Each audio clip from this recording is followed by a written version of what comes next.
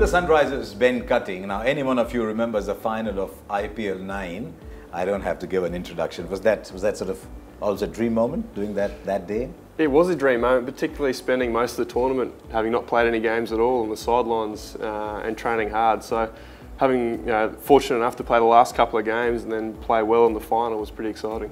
Are you the kind who'd say, wow, it's an IPL final, or are you the kind who says, yeah, just another game? To be honest, I try to think of it as another game because I've been over here for 3 or 4 years previously for IPLs and not played any cricket. So I knew that I really had nothing to lose. I think that probably worked well in my favour.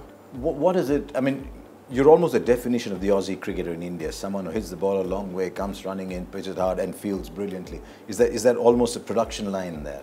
I think it is a production line. I think that's probably a byproduct of probably where the Big Bash has come from in previous years. Yeah. It started 9, 10 years ago as state versus state, and now it's mate versus mate pretty much. So I think the standard of that has really driven, I suppose, Aussies coming to the IPL over here.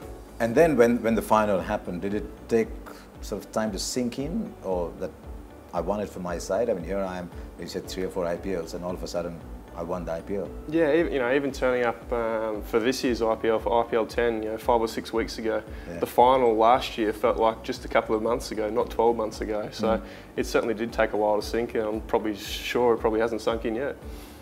What did it mean professionally to you, as to your career? To be honest, not much.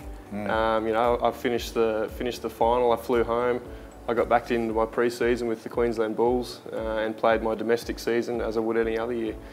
So for me, nothing's really changed. And unlike India, there was a big reception for the IPL winner back there, was there? No, I snuck into my hometown of Brisbane about 5 o'clock in the morning with no one else around. Managed to go home, grab my cup of coffee that I've been hanging out for 6 weeks, and get back to what I was doing day-to-day life. And how's it been this year? I mean, did you sort of come in this year thinking, right, I'm the match winner, and yet the composition governs that only 4 can play, so you're going to play some and not play some? That's right. I think after what happened last year, I didn't really think too much about this year because it is another IPL. We won as a team, but again, that means nothing starting the IPL this year. So as you said, only 4 can play.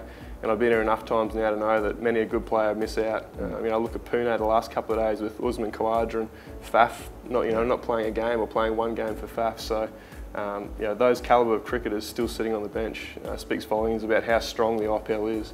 There's the Big Bash and there's the IPL, and in many ways these two are considered to be the 2 pillars of the T20 leagues.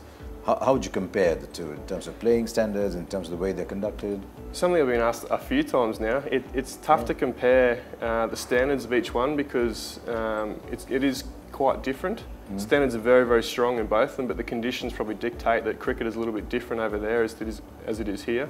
But I think that's good for the game. You're exposed to all different standards and all different conditions, I guess. That's a much shorter tournament though, isn't it? It is, yeah. We play, there's 8 teams, play a couple of games over 6 weeks, play 7 games for a team, 8 games for a team.